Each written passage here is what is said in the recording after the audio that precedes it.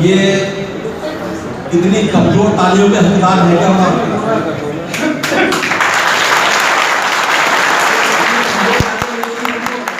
आपके बच्चे, आपके छोटे भाई हैं, समाज के आदमी कहीं बाहर के नहीं है।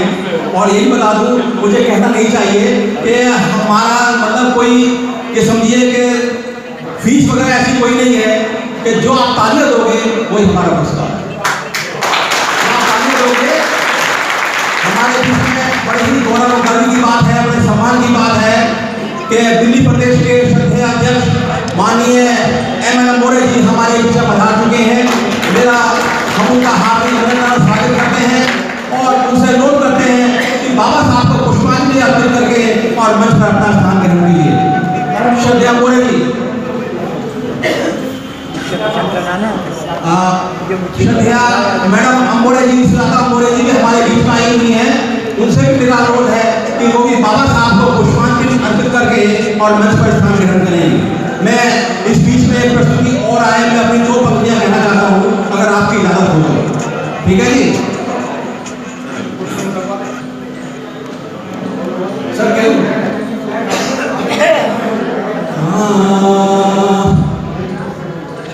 भीमराव की करूं बढ़ाई, जग में नाम कमाया, कर न सका जो कोई जग में, वो करके दिखलाया, वो करके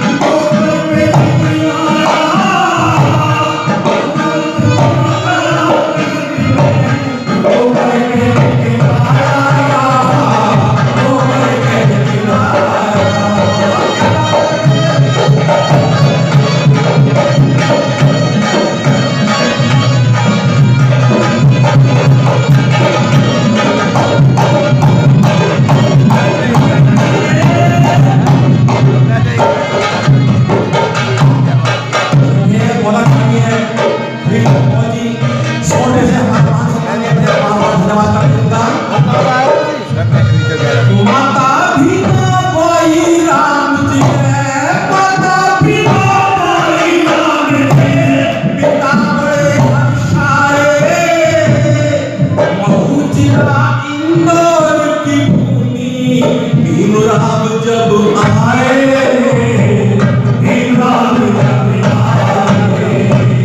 शुभ दिन है अप्रैल का 14, शुभ दिन है अप्रैल का 14, शुभ दिन है अप्रैल का 14, रतन चौथा आया, कर सका जो कोई जग में, वो करके दिखलाया, वो करके दिखलाया।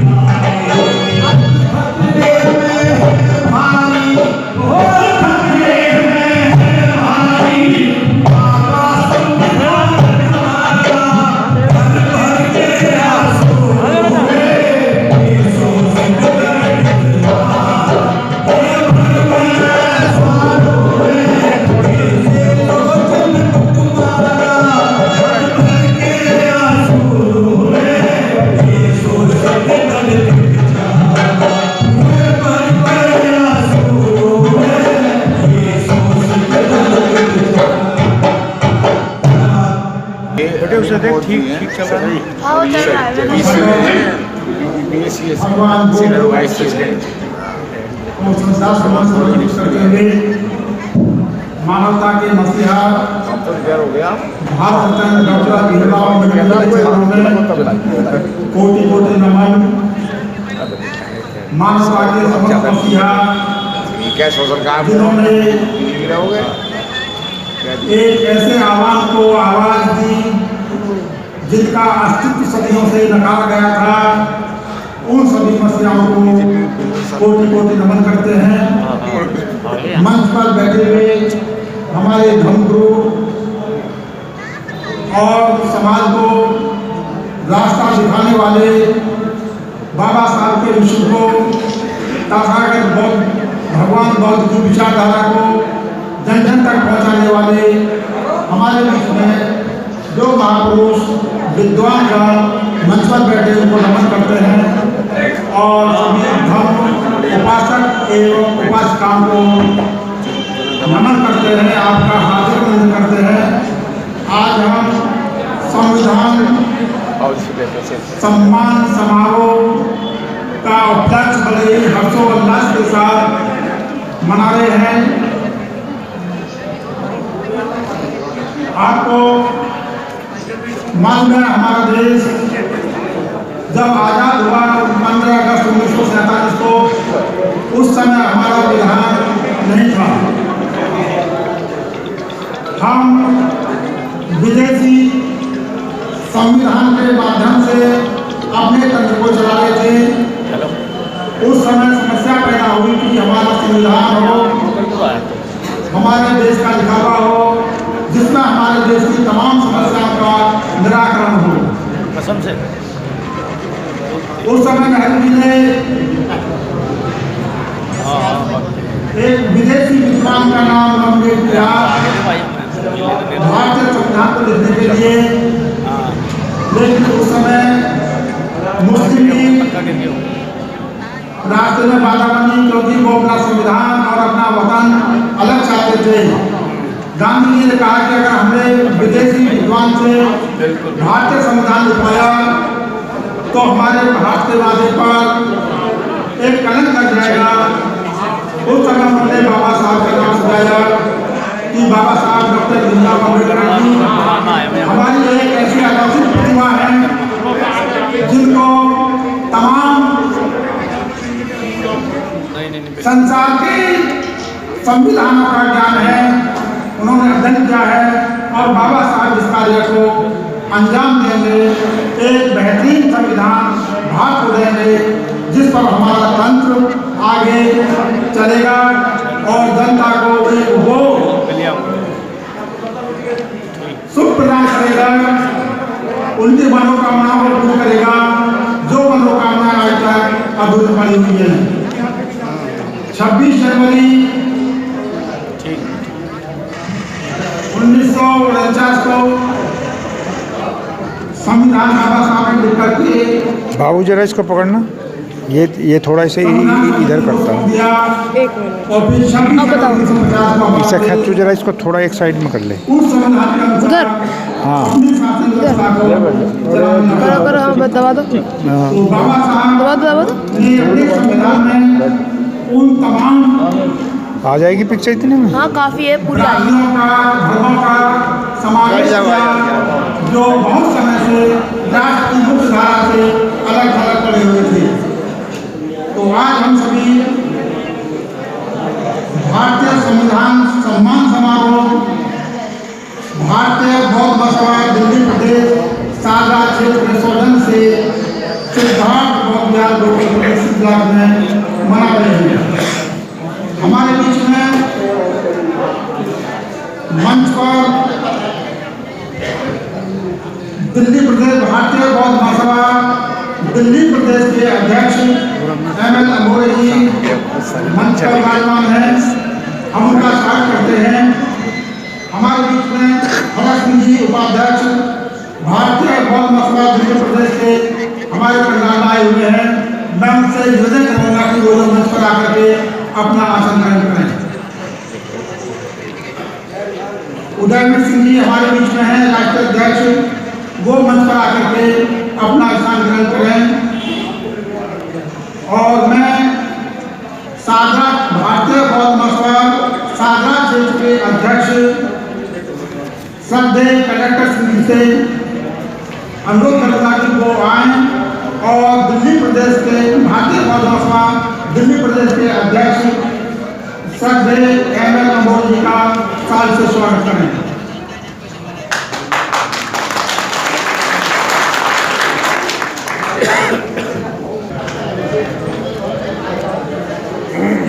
एमएल अम्बोज जी अपनी शख्सियत के लिए पूरी दिल्ली में एक अलग पहचान बनाए हुए हैं। वो शिक्षाविद हैं और धर्म के प्रचार प्रसार में उनका अहम योगदान रहा है। तो एमएल अम्बोज जी का स्वागत करते हुए सागरा क्षेत्र के भारतीय बौद्ध महासभा के अध्यक्ष कलेक्टर श्री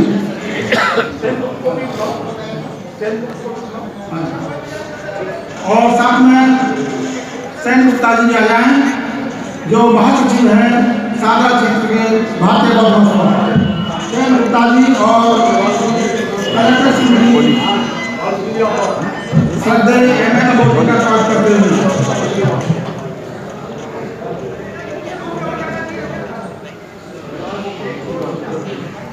आप यहाँ आए हैं, बहारें लाए हैं, स्वागत है श्रीमान।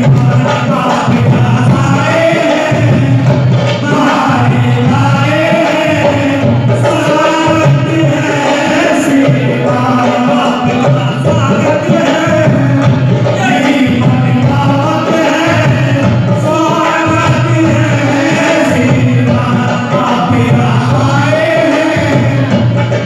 है, स्वागत है श्रीमान। और मैं परम श्रद्धेय एमएल अम्बोज जी से निवेदन करूँगा कि वो आए और भारतीय संविधान की जो बारीकियाँ हैं जिनके लिए हम सभी जिज्ञासा जानने के लिए वो आए और अपने विचार व्यक्त करें। परम श्रद्धेय एमएल अम्बोज जी।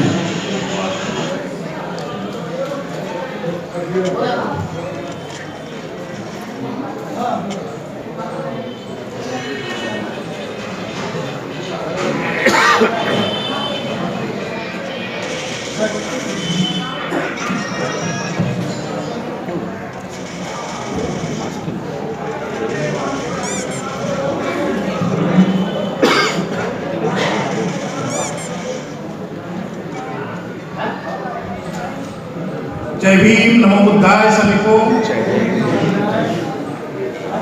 भारतीय बौद्ध महासभा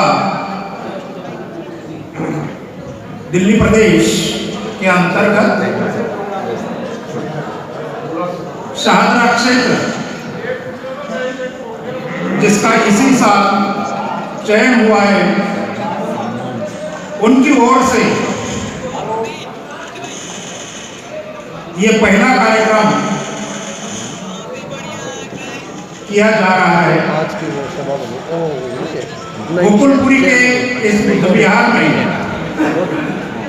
इस कार्यक्रम की अध्यक्षता कर रहे हैं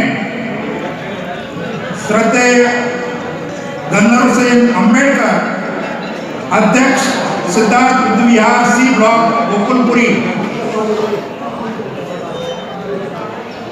आज के इस कार्यक्रम में उपस्थित पूज्य भंते जी, मैं उनको त्रिवार वंदन करता हूं। आज संविधान दिवस समारोह की इस कार्य में भारतीय बौद्ध महासभा के राष्ट्रीय उपाध्यक्ष श्रद्धेय उदयवीर सिंह बाबू जी यहाँ पर उपस्थित हैं। मैं उनको धन्यवाद भी देता हूँ और उनका स्वागत भी करता हूँ।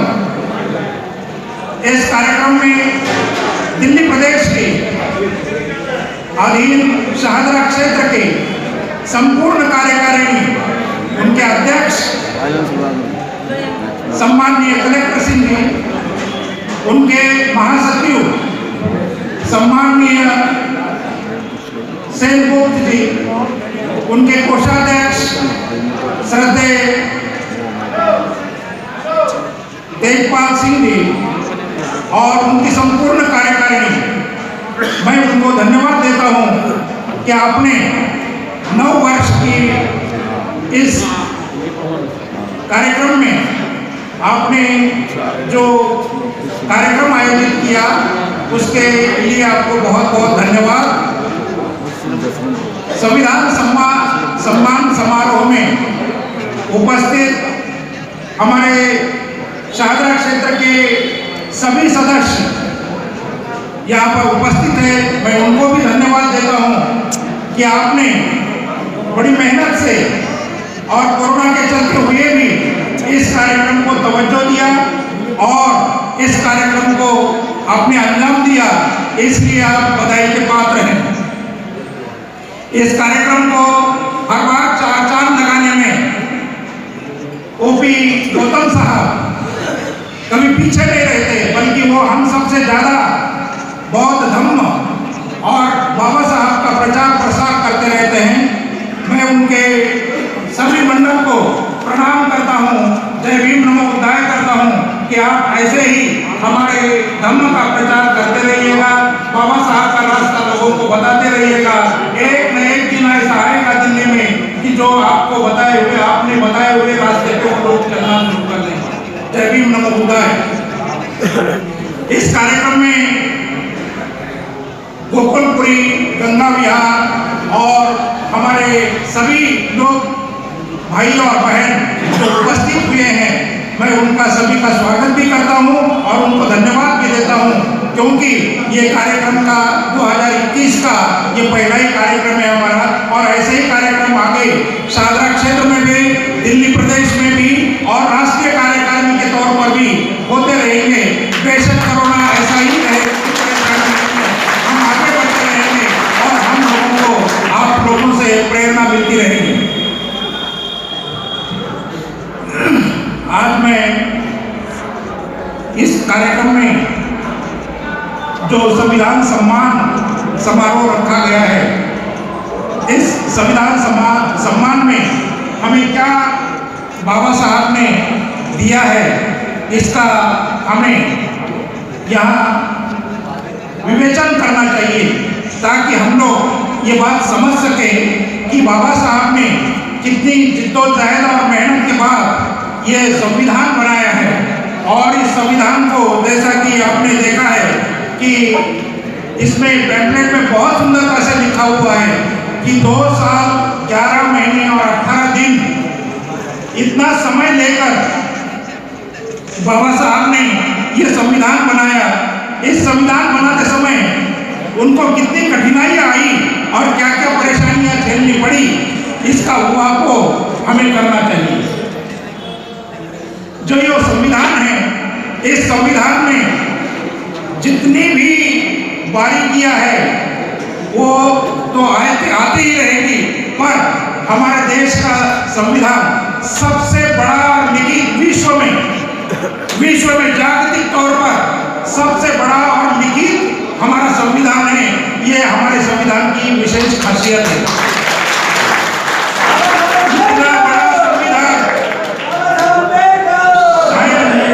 प्रारूप समिति में दूसरा कोई आदमी होता तो शायद इतना बड़ा संविधान और हर चीज का वहाँ जहाँ के वहाँ उत्तर नहीं होता। बाबा साहब को ये पता था कि मैं ये संविधान बना करके तो जा रहा हूँ, पर इसको चलाने वाले लोग यदि सही नहीं होंगे तो इस संविधान का कुछ मतलब नहीं रहेगा। इसलिए उन्होंने हर जगह इस संविधान को जहाँ के वहाँ कहाँ से क्या होगा और कैसे करना पड़ेगा, इसलिए बाबा साहब ने विश्लेषणात्मक ज़्यादा से ज़्यादा समय लेकर के इस संविधान को बनाया है। इस संविधान की विशेष शैली और भी है कि इसमें 3 वर्गों को बहुत तवज्जो दी है। अनुसूचित जाति, अनुसूचित जनजाति और विमुक्त भटके। ये जो 3 प्रकार के लोग हैं, इन लोगों को कभी उनके जीवन में कभी इतना सम्मान नहीं मिला था जो सम्मान संविधान के द्वारा डॉक्टर बाबा साहब आम्बेडकर दिलवा पाए। इसलिए इस संविधान की विशेषता है कि एट्रोसिटी एक्ट बाबा साहब के संविधान की वजह से है। किसी महार को चमार करके महार करके गाली दी जाए तो उसके ऊपर एट्रोसिटी का कायदा तभी लगता है क्योंकि बाबा साहब को ये पता था कि आज तक इन लोगों ने कभी इन लोगों को सम्मान नहीं दिया और यदि इनका सम्मान आज भी नहीं होगा तो यह संविधान बेकार होगा। इसलिए बाबा साहब ने इन 3 लोगों को 3 प्रकार के लोगों को बहुत बहुत सम्मान दिया है। वे है अनुसूचित जाति जिसमें लगभग 138 जातियां हैं, अनुसूचित जनजाति जिसमें लगभग 100 के करीब जातियां हैं और विमुक्त भटके उसमें लगभग 36 से 38 जातियां हैं जो आज भी आप लोगों को पता नहीं है। ऐसी अलग अलग प्रदेशों में हिमाचल प्रदेश, नागालैंड, त्रिपुरा, मणिपुर, इस प्रदेश में जितने अनुसूचित जनजातियां रहती है शायद इतनी जनजातियां कहीं भी नहीं है। मध्य प्रदेश और उत्तर प्रदेश सबसे बड़े प्रदेश है देश के, महाराष्ट्र और राजस्थान के बाद। तो उन लोगों के लिए शेड्यूल कास्ट का उत्तर प्रदेश, मध्य प्रदेश, महाराष्ट्र और राजस्थान में सबसे ज्यादा शेड्यूल कास्ट की आबादी है। लगभग 1/3 शेड्यूल कास्ट की आबादी है। इन शेड्यूल कास्ट का विचार आज तक के संविधान बनने से पहले कभी किसी ने नहीं किया था।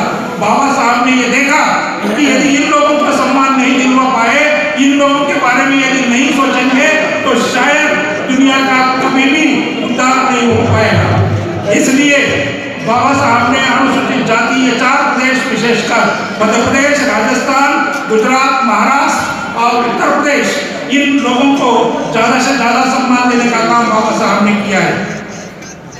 इसके अलावा विमुक्त भटके जो लोग हैं वो लोग तो आप भी जानते नहीं हैं, आज यहाँ पर है कल वहाँ पर है। उनका विराट, उनका जो अपना सामान होता है, संसार, वो अपने हाथ में ही होता है, जोड़ों में ही होता है। आज इस दिल्ली में है तो कल और कहीं जगह जाएंगे, परसों और कहीं जगह जाएंगे, तरसों और कहीं दूसरी जगह जाएंगे। इन लोगों के बारे में तो कभी किसी ने सोचा भी नहीं था कि ये लोग भी होते हैं। जैसे पारधी, घिसाड़ी, वडार, ये जातियां हैं कि जिनके बारे में कभी हमारे देश के लोगों ने सोचा भी नहीं था। बेशक इन लोगों ने हमारे देश के लिए बहुत कुछ किया है। वडार जात का एक उदाहरण यदि मैं आपको दे दूं तो आप सन्न हो जाएंगे। वडार जाति की महिलाएं, वडार जाति की महिलाओं का प्रेम देखे कि उसने वो राम ने कभी हिरण को मारने के लिए गया था और उसकी खान उठाकर वो ला करके नहीं 15% बैटरी वो ला नहीं सके राम, 15%। वो खान नहीं लाई जिसकी चोरी लगाने पे तू बैटरी ज्यादा खत्म कर लगे। अरे नहीं, बैटरी खत्म नहीं, पता नहीं रिकॉर्डिंग करते समय हो जाती है इतनी जल्दी। महिलाएं आज भी चोरी पहनती नहीं है। ये देश के प्रति प्रेम नहीं है क्या? ये देश के प्रति प्रेम है पर इन लोगों को हमने सम्मान नहीं दिया, हमने कभी इनके बारे में सोचा नहीं। बाबा साहब ने इनके बारे में सोचा और उन्होंने कहा कि इन लोगों को सम्मान मिलना चाहिए। ये हमारे देश की कौम है, ये हमारे देश को बनाने वाले लोग हैं। इसलिए बाबा साहब ने भटके और विमुक्त को सम्मान देने के लिए वो अपने संविधान में विशेष कायदे कानून बनाए। चार्जर लिया है हमारे संविधान में जो विशेष बात बाबा साहब ने की है, आप लोग जानते हैं कि इंग्लैंड, अमेरिका, ये उच्च देश जो है, प्रगतिशील देश कहते हैं उनको, प्रगत देश कहते हैं। पर इन प्रगत देशों में भी कभी महिलाओं को मतदान का अधिकार नहीं था, महिलाओं को वोटिंग का अधिकार नहीं था। इनको बाबा साहब ने जब हमारा संविधान लिखा और इनको 80 रुपए हैं, उस आदमी को बाबा साहब ने यहाँ वोटिंग का अधिकार दिया। वैसे ही उन्होंने कहा कि महिलाओं को वोटिंग का अधिकार यदि हो जाए तो 50% महिलाएं हैं और इन 50% महिलाओं को अधिकार यदि मिल जाए तो सरकार मैं ले आऊं जो सरकार हमें बनानी है, जिस सरकार को हम बनाना चाहते हैं, जो देश का उद्धार करेगा, जो देश का भला सोचेगा। यदि महिलाओं को हम वोटिंग का पावर देते हैं तो हम ऐसा सोचते हैं कि महिलाएं कभी ना कभी एक दिन सोचेंगी कि लोग किधर भी जाए, पुरुष कहीं भी जाए, परंतु हम लोग अपने मन चाही गवर्नमेंट ले आएंगे। इसलिए बाबा साहब ने महिलाओं को वोटिंग का पावर दे दिया। ये वोटिंग का पावर आसानी से बाबा साहब ने आपको और हमको दिया। हम लोग वोटिंग का कितना अच्छा उपयोग करते हैं ये आपको और हमें सोचना है और हमें अपने अपने दिल में रख करके महिलाओं को वोटिंग का पावर दे दिया। ये वोटिंग का पावर आसानी से बाबा साहब ने आपको और हमको दिया। हम लोग वोटिंग का कितना अच्छा उपयोग करते हैं ये आपको और हमें सोचना है। महिलाओं को ही केवल अधिकार दिए ऐसा नहीं है, बल्कि बाकी लोगों के बारे में भी मैं तो ये सोचता हूँ, समग्र महिला, चाहे महिला ब्राह्मण जाति की क्यों न हो, महिला ब्राह्मण जात या उच्च जात की भी क्यों न हो, उनको भी कभी तवज्जो अपने संसार में नहीं मिलती। उनके तहत उनके जरिए कभी संसार में राय नहीं ली जाती, अपने घर में कभी राय नहीं ली जाती।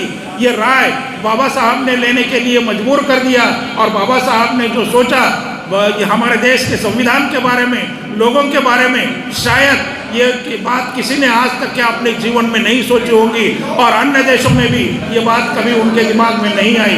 इसलिए संविधान का सम्मान रखना, संविधान को आगे बढ़ाना, संविधान को बचाना और संविधान की बात करना ये हमारे लिए बहुत गर्व की बात है। यदि हम लोग इन बातों में नहीं गए, इन बातों का हमने जिक्र नहीं किया, तो जो लोग बैठे हैं ऊपर में, जो गवर्नमेंट चल रही हैं, वो गवर्नमेंट हमारे कायदे कानून को भी तहस नहस कर देंगे और हम लोगों को न्याय नहीं मिलेगा। संविधान एक ऐसी चीज़ है कि जिसके जरिए हमें न्याय मिलता है। हम लोग अपने अपने बारे में सोचते हैं, कहीं भी किसी भी बारे में यदि हम लोग बात करते हैं तो कहीं भी हम लोग ये बात उजागर कर सकते हैं कि हम संविधान का सहारा लेंगे। न्याय प्रणाली हमारे देश की अलग सी होंगी। संविधान की विशेष बात यह है हमारे देश में कि हमारे देश की जो न्याय प्रणाली है वो स्वतंत्र है और वो अपने आप कार्य करती है। उसमें किसी का दखलंदाजी नहीं होती है। यदि कोई दखलंदाजी करता है न्यायालयीन कार्य में तो न्यायालय उनको बख्शता नहीं। इसलिए हमारे संविधान में न्यायालय को एक उचित और निरपेक्ष माना गया है, क्योंकि उसके जरिए हम लोग ये सोच सकते हैं कि हमारा हमें न्याय मिलेगा ही। हमारे संविधान में समता, बंधुता, मैत्री और भाईचारा ये विशेष रूप से बाबा साहब ने इकट्ठा किया है, क्योंकि हमारे देश के लोग कभी बाकी लोगों को समान समझते ही नहीं हैं। हमारे देश में कोई समानता इससे पहले थी ही नहीं। लोग अपने अपने तरीके से दूसरों के ऊपर जो भी लादना चाहे, दूसरों के ऊपर जो बोझ डालना चाहे वो डाल देते थे। परंतु बाबा साहब ने ये समता का एक जो नारा संविधान में दिया है, उसके जरिए आज हम सब लोग वोटिंग के लिए ही नहीं बल्कि हर जगह हम लोग समान हैं। जिसको अपने बुद्धि के अनुसार जो कार्य करना है वो कार्य वो कर सकते हैं, आगे बढ़ सकता है। मैत्री हमारे गांव में देखिए कि जहां हम लोग रहते हैं, बसते हैं, वहां पर यदि हम एक दूसरों का भाईचारा नहीं मानेंगे, एक दूसरों का सम्मान नहीं करेंगे, तब तक के हमारा प्रगति नहीं हो सकती, हमारी पीढ़ी आगे नहीं जा सकती। इसलिए हमें मैत्री और भाईचारा ये संविधान ने दिया है, उसको हमें आगे बढ़ाना चाहिए, उसकी बात हमें करनी चाहिए, उसको हमें आगे लेकर के चलना चाहिए। इन बातों को लेकर के डॉक्टर बाबा साहब भीमराव अंबेडकर जी ने संविधान में सोचा और हमारा संविधान इसी वजह से विशेष रूप से माना जाता है। आज इस संविधान समारोह का ये कार्यक्रम करके 9 वर्ष की सबको बहुत बहुत शुभकामनाएं दे करके मैं अपने 2 शब्द खत्म करता हूँ। जय भीम, नमो बुद्धाय। शत्रुओं ने शोर मचाया, ये शोर कहाँ से आया, पंडित ने बोल बताया, मेरी बात नहीं हो, पंडित ने बोल बताया, मेरी बात नहीं हो। शत्रुओं ने शोर मचाया, ये शोर कहाँ से आया, पंडित ने बोल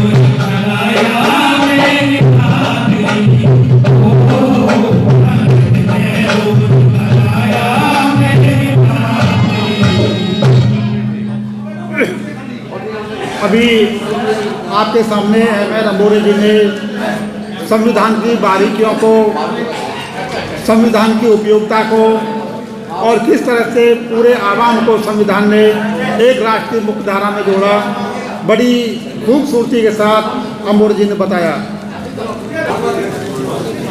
आपके बीच में सुधाकर जी, जिन्होंने बाबा साहब और भगवान बुद्ध के साहित्य को काव्य के रूप में जन जन तक पहुँचाया, उनका स्वागत आपके बीच में हो रहा है। हरिश्चंद्र बौद्ध सेन गुप्ता जी स्वागत कर रहे हैं, तालियां बजाकर स्वागत करिए। आप जो है ये हमारे समाज को राष्ट्र की मुख्य धारा में लाने के लिए, जन जन में बाबा साहब और भगवान बुद्ध की विचारधारा को जोड़ने के लिए अपने साहित्य के माध्यम से कार्य करते आ रहे हैं और इनकी अनेक पुस्तकें राष्ट्रीय स्तर पर प्रकाशित हो चुकी हैं।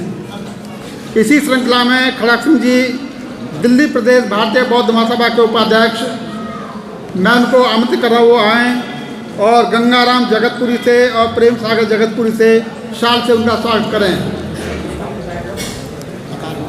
खड़क सिंह जी,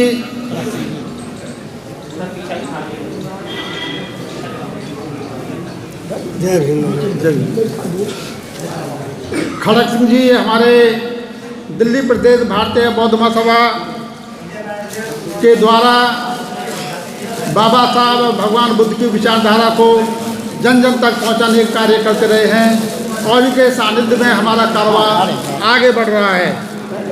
इनका स्वागत करने के लिए गंगाराम, श्रद्धेय गंगाराम जी जगतपुरी से और प्रेम सागर जी जगतपुरी से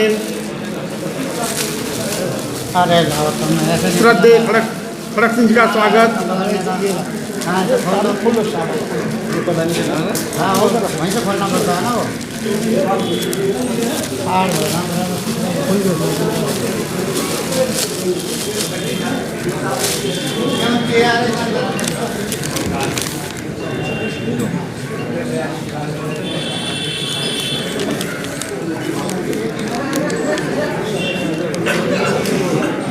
महान विभूतियों का स्वागत आपके समक्ष हो रहा है।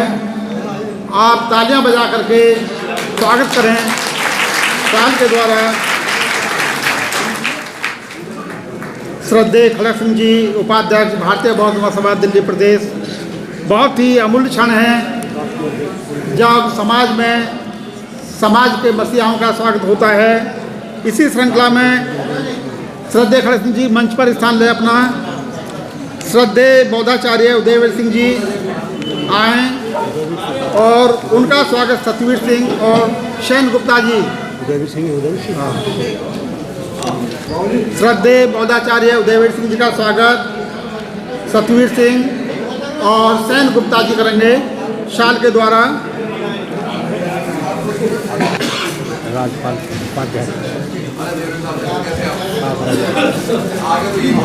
सर जी, एक रिक्वेस्ट है आपसे, मतलब यहाँ के जो पदाधिकारी हैं एक आध उनको भी तो स्वागत में शामिल कर लो, जिन्होंने आपको जगह प्रोवाइड की है, इतना इंतजाम किया है उन्होंने।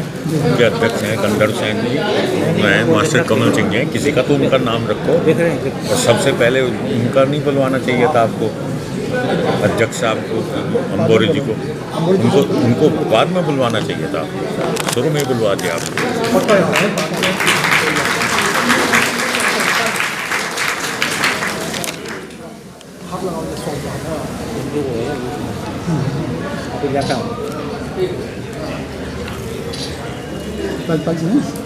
राजपाल जी हैं, ठीक है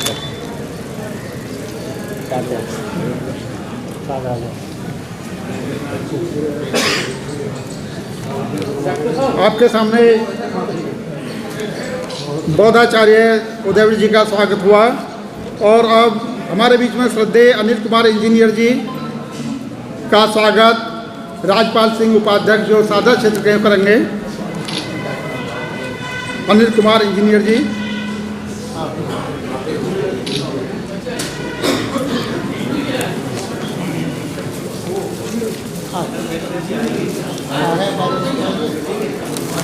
अनिल कुमार इंजीनियर जी का स्वागत राजपाल जी करेंगे। विचार पे बात करो, स्वागत में टाइम मत करा करो। देखिए, जो समाज में कार्य करते हैं जनता चाहती है कि उनका स्वागत जरूरी है, वो प्रेरणा है दूसरे लोगों को आगे बढ़ाने के लिए।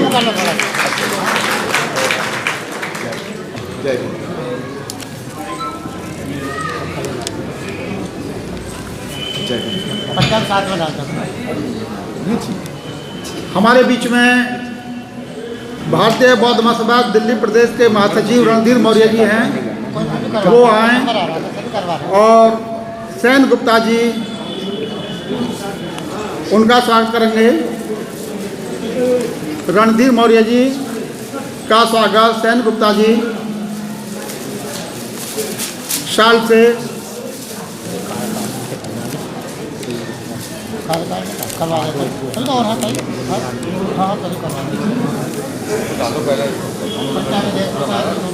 रणधीर मौर्य जी नई ऊर्जा से ओतप्रोत हैं, और आप जो है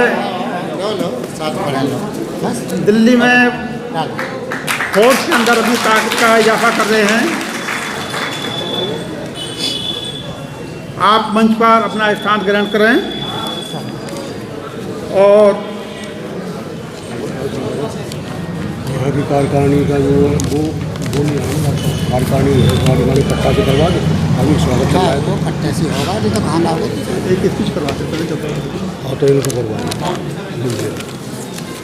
अब मैं हमारे बीच में श्रद्धेय अनिल कुमार इंजीनियर जी से मैं अर्ज करता हूं कि वो आएं और अपने विचार रखें, और सभी वक्ताओं से अनुरोध है कि अपने विचार बहुत ही सारगर्भित संक्षेप में 10 मिनट में रखने का प्रयास करें, क्योंकि वक्ता हमारे पास हैं, ताकि सभी वक्ताओं को उचित समय मिल सके।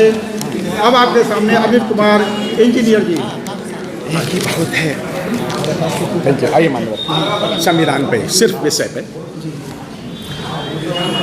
ए च बुद्धा अति चचाम, ए च बुद्धा अनागता पच्चुपन्ना च ए बुद्धा अहम वंदामि शब्दा।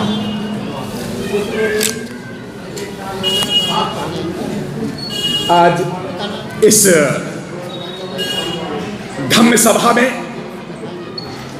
बुद्ध विहार में एक धार्मिक स्थल पर संविधान जैसे विषय पर भारत की राजधानी में जनता को संबोधन करने के लिए, एक संदेश देने के लिए, जहां से पूरे 130 करोड़ भारत के लोगों को मैं आज गणतंत्र दिवस की शुभकामनाएं देना चाहता हूं।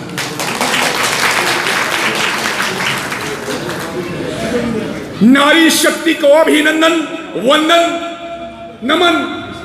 ऐसी नारी शक्ति जिसने बुद्ध को जन्म दिया, जिसने बाबा साहब अम्बेडकर को जन्म दिया, जिसने आपको जन्म दिया, जिसने मुझे जन्म दिया, ऐसी नारी शक्ति को मैं वंदन करता हूं। बात विचार की है, संविधान की है, तो आज संविधान पे यहां से जनता को, भारत की जनता को संदेश मिलने वाला है। दोस्तों, शब्दों के अर्थ होते हैं। जब कोई व्यक्ति मंच से सुनने वालों को संबोधित करता है तो शब्दों के सुनने वाले व्यक्तियों के मन में कुछ भाव पैदा होते हैं।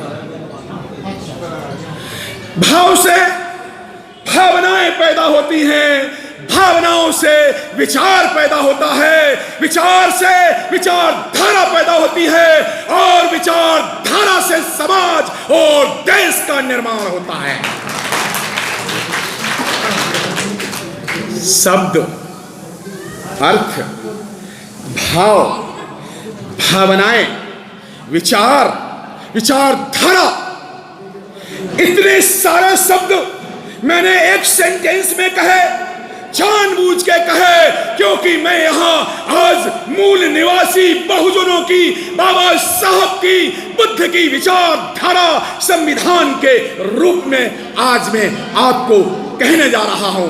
इसलिए मैं उन शब्दों का उपयोग करूंगा, उन शब्दों का उपयोग करूंगा जिन शब्दों से संविधान में की मार्मिकता,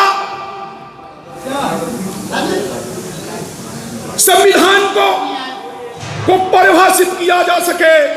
तो दोस्तों यहीं से मैं कितनी 5 मिनट में बात खत्म करूं या 3 मिनट में? 3 मिनट में ही कर दूंगा। 5 मिनट में तो 5 मिनट में, 7 मिनट में तो 7 मिनट में। संविधान की परिभाषा क्या है? मैं बोलने के लिए नहीं बोलता, मैं संदेश देने के लिए बोलता हूं। दोस्तों, किसी देश का संविधान, किसी भी देश का संविधान क्या है जानना जरूरी है ना। फिर वैसे ही तो संविधान पे ऐसे ही बोल के चले गया, नहीं। किसी भी देश के समूहों में बटे हुए करोड़ों लोग, विभिन्न जातियों धर्मों में बटे हुए करोड़ों लोग मिलकर के समता, मैत्री, भाईचारा, बंधुता, बराबरी और अधिकारों का, समानता के अधिकारों का जो दस्तावेज लिखते हैं उसको संविधान कहते हैं। फिर से मैं रिपीट करता हूं, संविधान संविधान लोग बहुत बोलते हैं ना, तो ये जानना तो जरूरी है ना कि संविधान होता क्या है। सम धन विधान, सम मीन्स समता, विधान मीन्स ऐसा कार्य करने का, देश को चलाने का विधान। एक तो बाबा साहब संविधान लिखते हैं और यहां भारत में ब्राह्मणवादी व्यवस्था के लोग मनु का विधान लिखते हैं।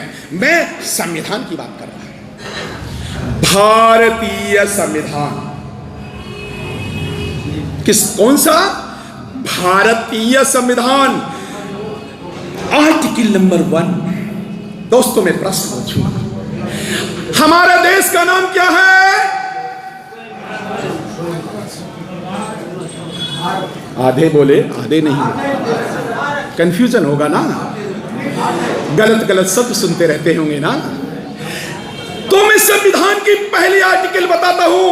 दोस्तों मैं भारत की संविधान की पहली आर्टिकल आपको जरूर पढ़ा के जाऊंगा। The name of this country is India, that is Bharat. पहली आर्टिकल जो लिखी गई, the name of this country is India, that is Bharat. Act 1947 14। मैं यहां से कुछ प्रश्न छोड़ के जाऊंगा। प्रश्न यह है कि ये 26 जनवरी क्यों मनाते हैं? आज 26 जनवरी का दिन है ना, गणतंत्र दिवस मनाते हैं। ये ब्राह्मणवादियों ने गणतंत्र दिवस 26 जनवरी को मनाना शुरू किया। दरअसल ये संविधान दिवस का दिन है 26 नवंबर। संविधान दिवस तो वो है, तो ये 26 जनवरी को क्यों मनाते हैं? मैं तो प्रश्न करूंगा।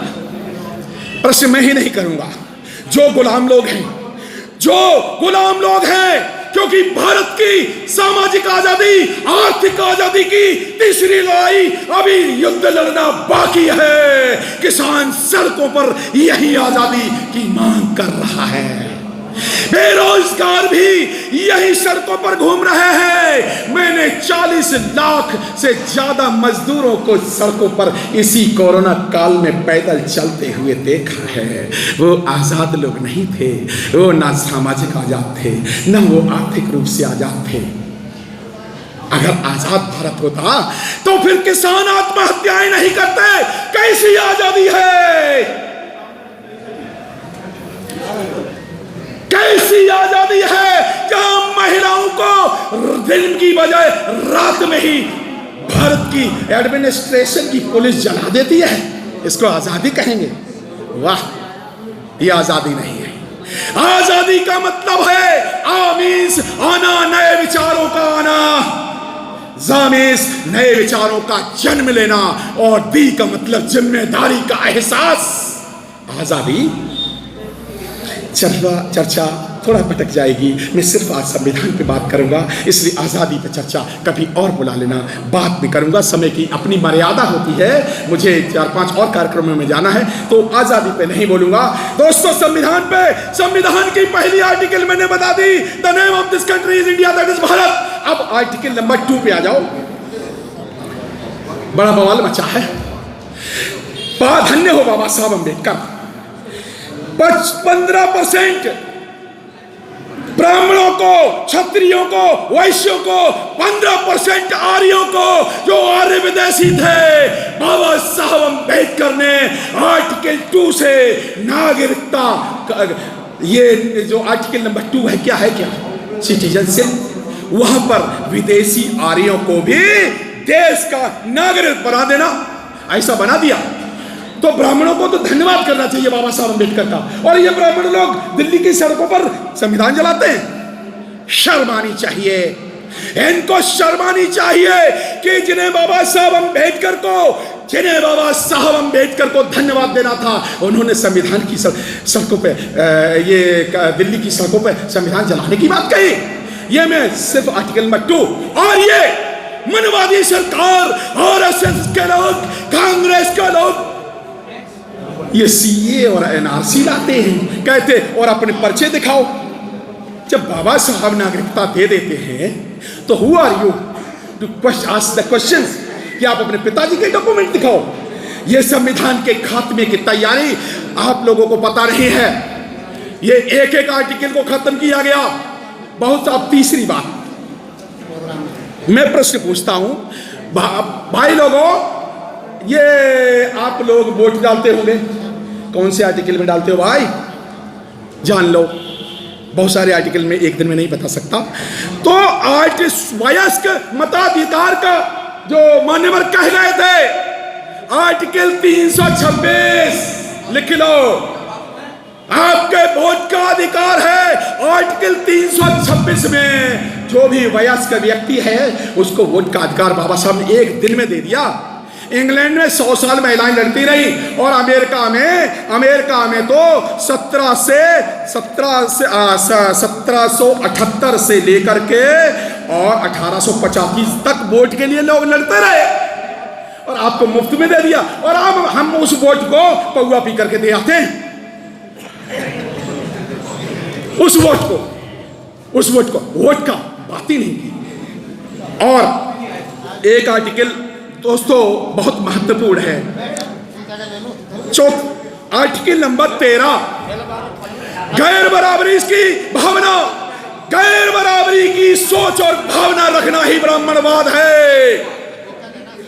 और बाबा साहब अम्बेडकर ने आर्टिकल 13 में ब्राह्मणवाद की 13वीं कर दी आर्टिकल, गैर बराबरी की भावना खत्म करके समता, मैत्री, भाईचारा बना दिया। आर्टिकल 13 पढ़ो ना। आर्टिकल 14 में किस तरह से आपको नौकरियों का अधिकार, 16(4), 16(5), उसमें मेरे पास चर्चा का समय नहीं है। आर्टिकल 17, आर्टिकल 14, 17 और 19, इसको बोलते हैं ट्रिनिटी ऑफ द कॉन्स्टिट्यूशन। 3 धाराएं हैं जिससे आपके मानवीय मूल्यों को अधिकार दिया। अगली आर्टिकल 21, राइट टू लाइफ, जिंदगी जीवन जीने का अधिकार, सम्मान पूर्वक अधिकार। आर्टिकल 21 में बाबा साहब ने दिया। कोर्टों में जाने के, यहाँ आपको डीएम-सीएम से मांगने की जरूरत नहीं है। अगर आपका जीवन का अधिकार जब भी छिने, डायरेक्ट सुप्रीम कोर्ट को टेलीग्राम करना, जान लो आप लोग, क्योंकि आगे संघर्षों की लड़ाई होने वाली है। इस देश में जान मान की लड़ाई होने वाली है। इसलिए जब भी आपके जान पे खतरा आए तो आर्टिकल 21 को याद कर लेना। यहां कुछ ओबीसी के साथी बैठे होंगे, जानबूझ के मैं उन जातियों की जेलों में कैद लोगों को, जो ब्राह्मण नहीं है, जो क्षत्रिय नहीं है, जो वैश्य नहीं है, 6000 43 जातियों की जेलों में बंद शूद्र लोग, जिनको आज की भाषा में बाबा साहब अम्बेडकर ने 340 आर्टिकल में, किसमें 340, एससी को बाद में दिया बाबा साहब ने 341, एसटी को बाद में दिया 342। मेरे ओबीसी के भाई सुन ले, मैं ओबीसी के भाइयों से जाट, कोली, गुजर, तेली, नाई, अहिर, गडरिया, धोबी, पस्त और बहुत सारी जातियों का नाम ना लेकर के सिर्फ उनको जिनको बाबा साहब अम्बेडकर ने अदर बैकवर्ड क्लासेस कहा, उनको आइडेंटिफाई करने की बात कही। आर्टिकल 340 में बाबा साहब ने अम्बेडकर को मत मानो, उसी से मंडल कमीशन बना जब ओबीसी जातियों को अधिकार मिले। ऐसे कोई फायदा नहीं। दोस्तों, लोग जाग सकते हैं,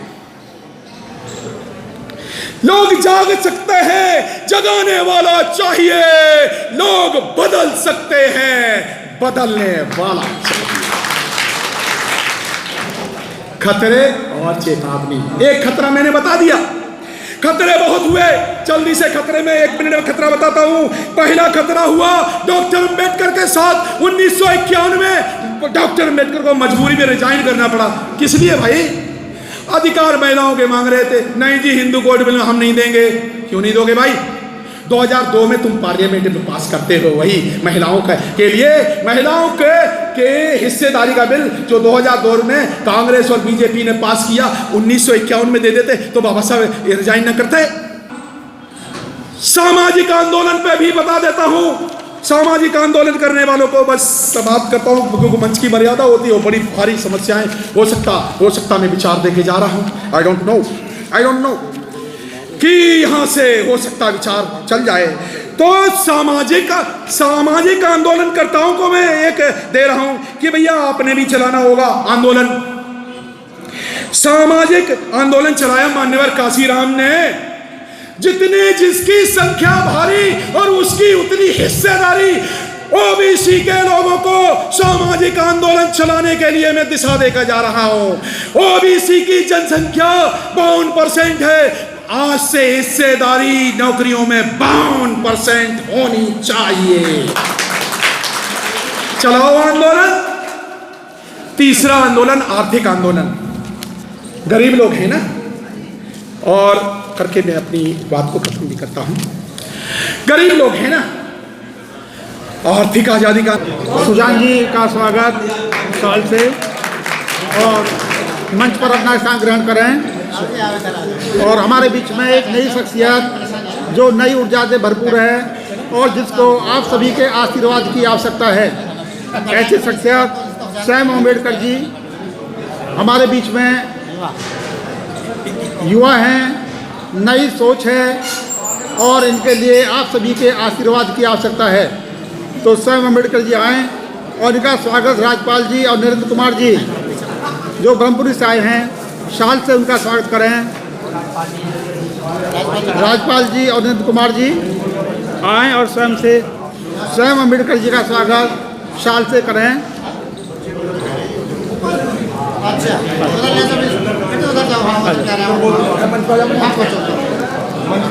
मंच पे आओ भाई, मंच पे।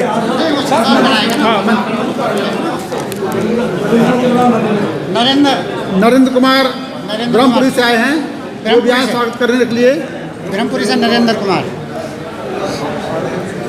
हमारे समाज से नई शख्सियत उभरनी चाहिए, ताकि जो हमारा एक आंदोलन है, एक मिशन है, उसको ऊर्जा दी जा सके और जन जन तक उसको पहुंचाया जा सके। तो ऐसी ऊर्जा में सैम अम्बेडकर जी हैं, और ये लॉ के स्टूडेंट हैं।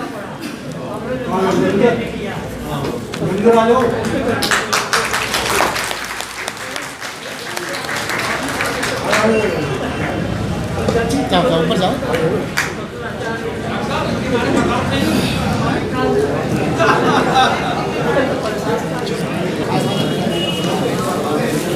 गंधर्व सेन जी का स्वागत मास्टर प्रताप सिंह, सूरजपाल और एसपी सिंह जी जो गंगा विहार से आए हैं। श्रद्धेय एसपी सिंह जी आ जाएं और ये गंधर्व सेन जी का स्वागत करेंगे।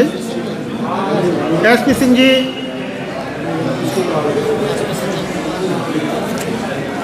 मास्टर प्रताप सिंह सूरजपाल जी हैं। बौद्धाचार्य हरिशंकर जी आ जाएं। चरण सिंह बौद्ध हैं हमारे सामने जो है, आए और वो स्वागत करें। चरण सिंह बौद्ध जी, आप गंधर्व सेन जी का स्वागत। आ जाओ।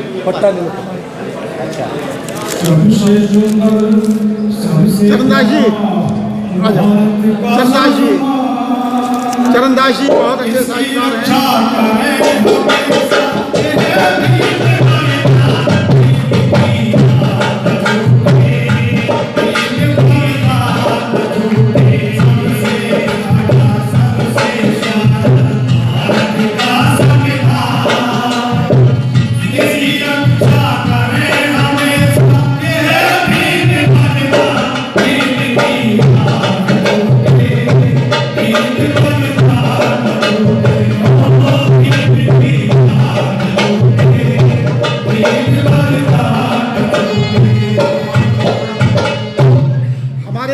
सिकंदराबाद से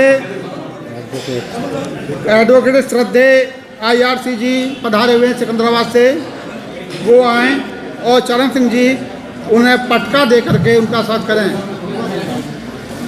और मंच पर आसन ग्रहण करेंगे। वो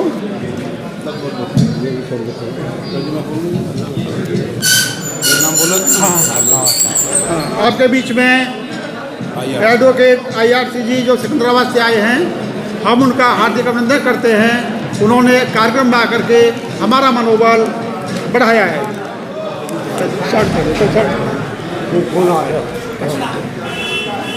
अरे आप ही आ जाओ। मैंने वो बुलाया है किसी को। राजपाल जी गाना, इसके बाद गाना करो। चलो आप करो ना। चलो गाना एक गाना कोई नहीं।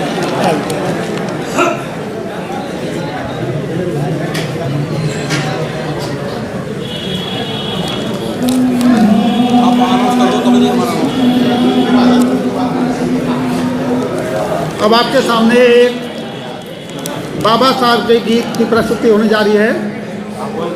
आप उसमें अपने उद्देश्य की तलाश करेंगे।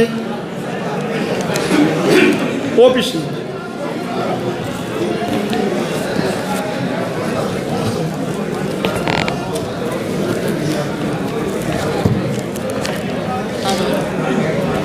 कम से कम 40 मिनट तो हमारा हक बनता है ना, क्यों जी? 40 मिनट तो हमारा हक बनता है माइक पर। चलिए कोई बात नहीं, हम आपसे अलग नहीं हैं।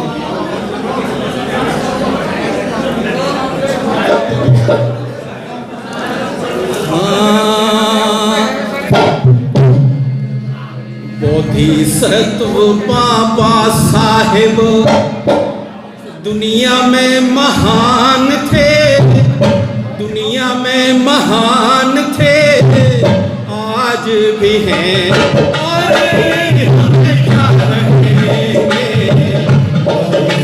बाबा साहेब, बाबा साहेब दुनिया में महान थे। क्या बात है मेरा? महान थे, आज भी हैं और हमेशा रहेंगे।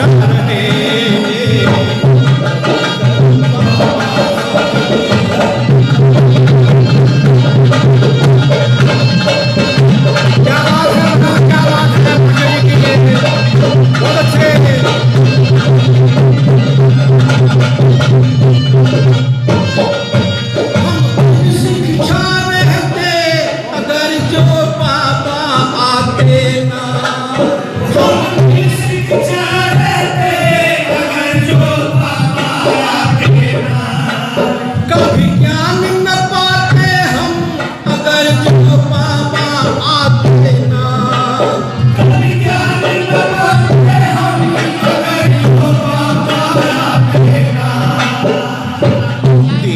दीनहीन शोषित जन के, दीनहीन शोषित जन के भीम अरमान थे, भीम अरमान थे, आज भी हैं और हमेशा रहेंगे।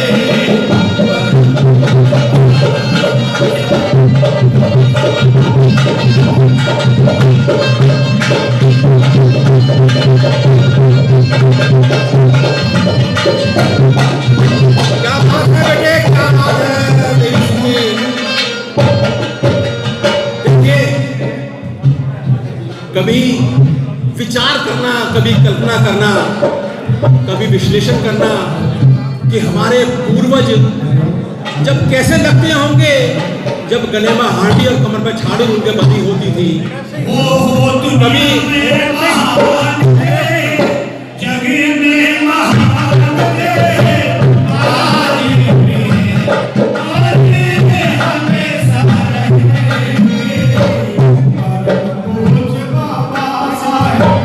दो पंक्तियों के साथ में मैं डॉक्टर मेघना सुंदर जी अपनी प्रस्तुति करेंगे। मैं दो पंक्तियां अपने मन की आप तक पहुंचाना चाहता हूं। आपका आशीर्वाद मुझे चाहिए। कभी कमर पे झाड़ू थी, गले में हांडी बंधती थी, कभी कमर पे झाड़ू थी, गले में हांडी बंधती थी, चुपचाप जुल्म सहते कभी ये जुबान खुलती थी, चुपचाप जुल्म सहते कभी ये जुबान खुलती थी। बेजुबान हम दलितों के, बेजुबान हम दलितों के भीम जी जुबान थे, भीम जी जुबान थे, आज भी हैं और हमेशा रहेंगे। परम पूज्य बाबा साहेब, गोविंद संत बाबा साहेब,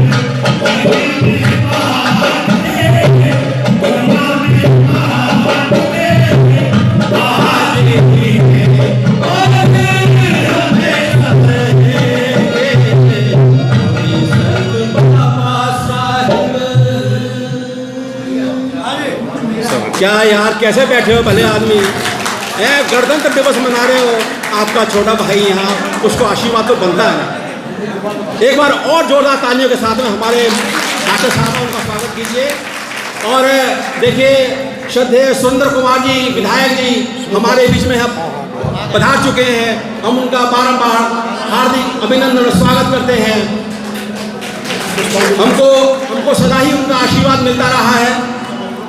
लाल सिंह गौतम जी 100 रुपये का पुरस्कार देकर हमारा मान सम्मान करते हैं बारंबार। जय भीम, नमो बुद्धाय।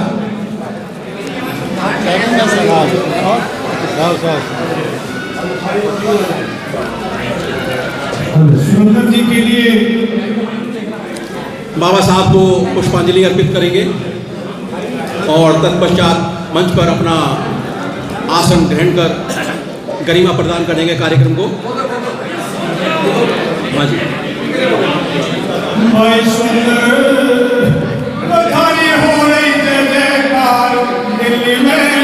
एनके टेलर अमर कॉलोनी, एनके टेलर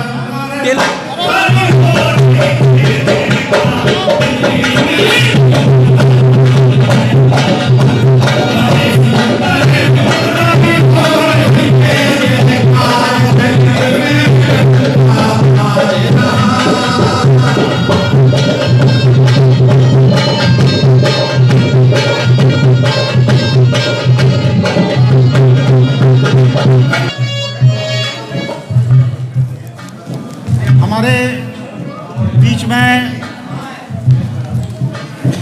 पूरे क्षेत्र को संवारने वाले, जनता को रास्ता दिखाने वाले हमारे परम प्रिय विधायक चौधरी सुरेंद्र कुमार जी मंच पर आसीन हैं। मैं उनसे निवेदन करता हूँ कि वो आएँ और अपने विचारों से हमें लाभान्वित करें। परम श्रद्धेय चौधरी सुरेंद्र कुमार जी, अब आपके सामने हमारे आपके बीच में चौधरी सुरेंद्र कुमार जी मंच पर आसीन हैं। मैं उनसे आग्रह करूँगा कि वो आएँ और अपने विचार व्यक्त करें। चौधरी संजीव कुमार जी।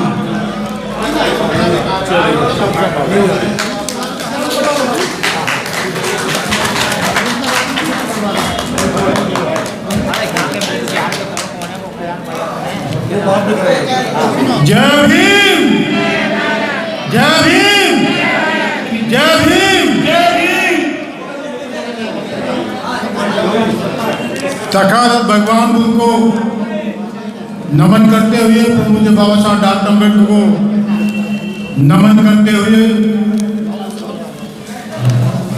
हमारे मसीहा मानव काशीराम साहब को भी नमन करते हुए आज संविधान दिवस के इस प्रोग्राम में हमारे बीच में भारतीय बौद्ध सभा के अध्यक्ष आदरणीय सम्मानित पूर्व डिप्टी डायरेक्टर आदरणीय ML अम्बोरे साहब, अखिल भारतीय बौद्ध सभा के महासचिव आदरणीय श्रद्धेय रणधीर सिंह मौर्य जी, आदरणीय हमारे बीच में कोषाध्यक्ष डॉक्टर RK भारतीय, आदरणीय मेरे समाज के सम्मानित बोधाचार्य मेरे पिता तुल उदयवीर सिंह बौद्ध जी, आदरणीय इस प्रोग्राम की अध्यक्षता कर रहे श्रद्धेय गौतम सेन अम्बेडकर, इस प्रोग्राम के आयोजक आदरणीय सम्मानित हमारी यमुना पार्क के बौद्ध सभा के अध्यक्ष आदरणीय बोधाचार्य कलेक्टर सिंह बौद्ध जी, महासचिव आदरणीय बोधाचार्य सेन गुप्ता बौद्ध जी और कोषाध्यक्ष आदरणीय तेजवीर सिंह जी, आदरणीय हमारे गायकार, हमारे मीडिया कॉमन पीपल जी, मेरे समाज के सभी बुजुर्गों, मेरे समाज के सभी गणमान्य व्यक्ति, सभी बोधाचार्य, सभी भीम के सिपाहियों, मेरे समाज की यहाँ वशिष्ठ विभूति बैठी, मैं उनको नमन करता हूँ, वंदन करता हूँ, अभिवंदन करता हूँ, सभी को जय भीम कहता हूँ। आज हम सब लोग, क्योंकि यहाँ मैं 90% लोगों के नाम जानता हूँ, एक भी मुझसे छूट जाएगा तो नाराज हो जाएगा। इधर हमारे कवि भी बैठे हैं, मैं तमाम सभी का स्वागत करता हूँ। मैं आपसे यही कहना चाहता हूँ कि आज के दिन जो बाबा साहब डॉक्टर अम्बेडकर के इस संविधान जो यहाँ के नेताओं के हाथ में दिया गया, जिसको आज 26 जनवरी गणतंत्र दिवस के रूप में पूरा देश बनाने का काम करता है, मैं भी बाबा साहब डॉक्टर अम्बेडकर ऋणी हूँ। यदि देश की धरती पे बाबा साहब डॉक्टर अम्बेडकर इस देश के दलित शोषित समाज के लोगों के लिए वोट का अधिकार नहीं देते, तो आज हम जब कोट पैंट में यहाँ बैठे हैं, अच्छे मकान में बैठे हैं, अपने भवन में बैठे हैं, ये सब बाबा साहब डॉक्टर अम्बेडकर की देन है। प्रभु जी बाबा साहब डॉक्टर अम्बेडकर ने यदि हम सबको आरक्षण का अधिकार ना देते तो निश्चित तौर से एक चमार का बेटा, जाटों का बच्चा, एक दलित का बेटा कभी इस प्रदेश की विधानसभा में जाने का मौका नहीं मिलता, और इस देश का ना राष्ट्रपति बन सकता था, ना प्रधानमंत्री बन सकता था, और ना ही मुख्यमंत्री बन सकता। ये बाबा साहब डॉक्टर अम्बेडकर ने इस देश के संविधान में हमें मौलिक अधिकार दिए हैं। तो आपसे मैं कहना चाहता, मेरी समाज इधर मेरी माता, मेरी बहनें बैठी हैं, बाबा साहब डॉक्टर अम्बेडकर ने हमें जो महिलाओं का अधिकार दिया है, निश्चित तौर से ये भी एक महान कार्य बाबा साहब ने करने का काम किया है।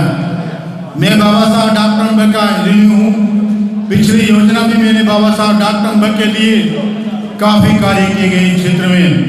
लेकिन जल्द ही 2021 में बाबा साहब डॉक्टर अम्बेडकर के नाम से 1,50,00,000 की लागत से यहाँ पर क्षेत्र में जो हमने डॉक्टर अम्बेडकर की धर्मशाला बनाई गई थी, 1 करोड़ रुपये देने का वादा भी हमने हर्ष विहार के जो डॉक्टर अम्बेडकर धर्मशाला है उसके साथ में 5 लाख रुपये का अनुदान वहाँ के बुद्ध विहार को देने का भी कार्य किया जाएगा। इधर 50 लाख की लागत से आपका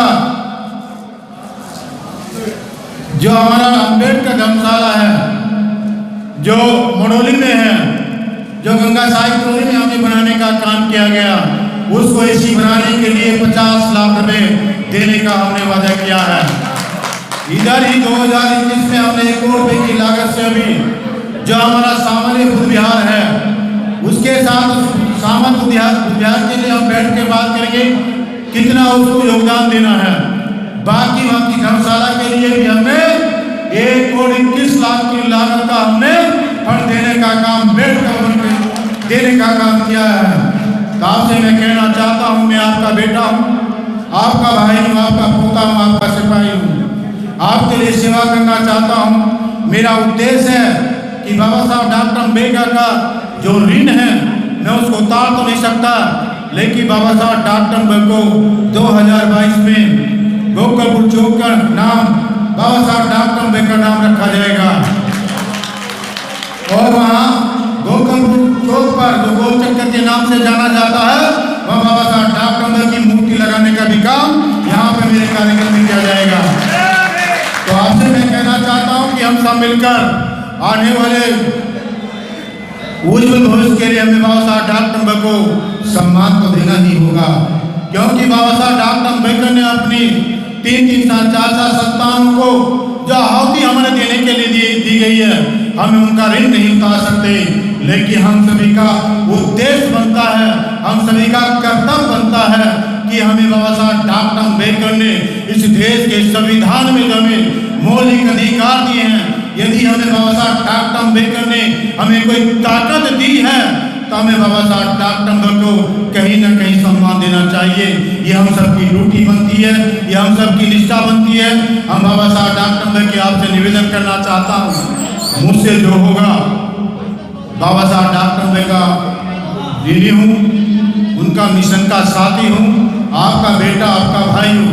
ज़्यादा वक्त ना कहते, मुझे समय आपको और भी देना था, लेकिन अभी के प्रोग्राम और क्षेत्र में लगे हैं, उधर जाना है, हर्ष विहार जाना है, उधर एक छोटा सा प्रोग्राम जौनपुर में भी रखा, उधर भी जाना है। आज ही 900 किलोमीटर चलकर आपके बीच में पहुंचा हूं, क्योंकि आप मेरे अपने हैं, अपनों के बीच में पहुंचना मेरी ड्यूटी बनती है, मेरी निष्ठा बनती है, क्योंकि आपका आशीर्वाद हमेशा मेरे साथ रहा है और मैं आपका रहूँगा, आपका ऋणी रहूँगा। जिस लायक मैं आपके बीच में हूँ, जो भी मुझसे बना मैंने इस हॉल में देने का काम किया है और बराबर में आपके लिए बाबा साहब डॉक्टर अम्बेडकर की हजारों साल की चलने वाली मूर्ति को भी लगाने का काम आपके बीच में करने का काम किया गया। इन्हीं शब्दों के साथ मैं आप सभी का धन्यवाद देते हैं। सभी को मेरा जय भीम, सभी को नमो बुद्धाय।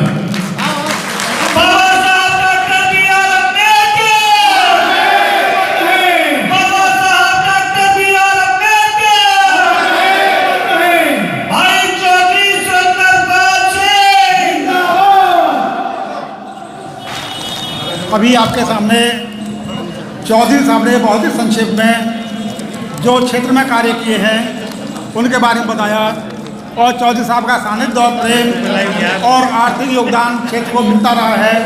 हम उनका हार्दिक धन्यवाद करते हैं। हमारे बीच में सिकंदराबाद से एडवोकेट IRCG आए हुए हैं। मैं उनसे निवेदन करूँगा केवल 5-6 मिनट में अपनी बात को सारगर्भित रूप से प्रस्तुत करें और जो दानदाता दान देना चाहते हैं राजपाल जी गेट के पास हैं, उन्हें दें। और इसके साथ ही SP सिंह गन्ना बिहार से, कमल सिंह बौद्ध गोकलपुर से आए हुए हैं, वो मंच पर आ जाएं। और खाने की व्यवस्था है, इसलिए सभी धर्म उपासक खाना लिए बिना नहीं जाएंगे। मेरा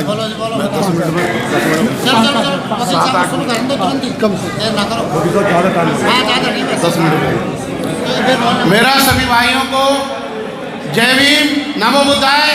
मैं तथागत गौतम बुद्ध को नमन करता हूं और बाबा साहब को नमन करता हूं और भारत के विश्व के सबसे पवित्र संविधान भारतीय संविधान को मैं नमन करता हूं। जुल्मों का बीज हम बोने नहीं देंगे, जुल्मों का बीज हम बोने नहीं देंगे, अपने भारत को आग हम लगने नहीं देंगे।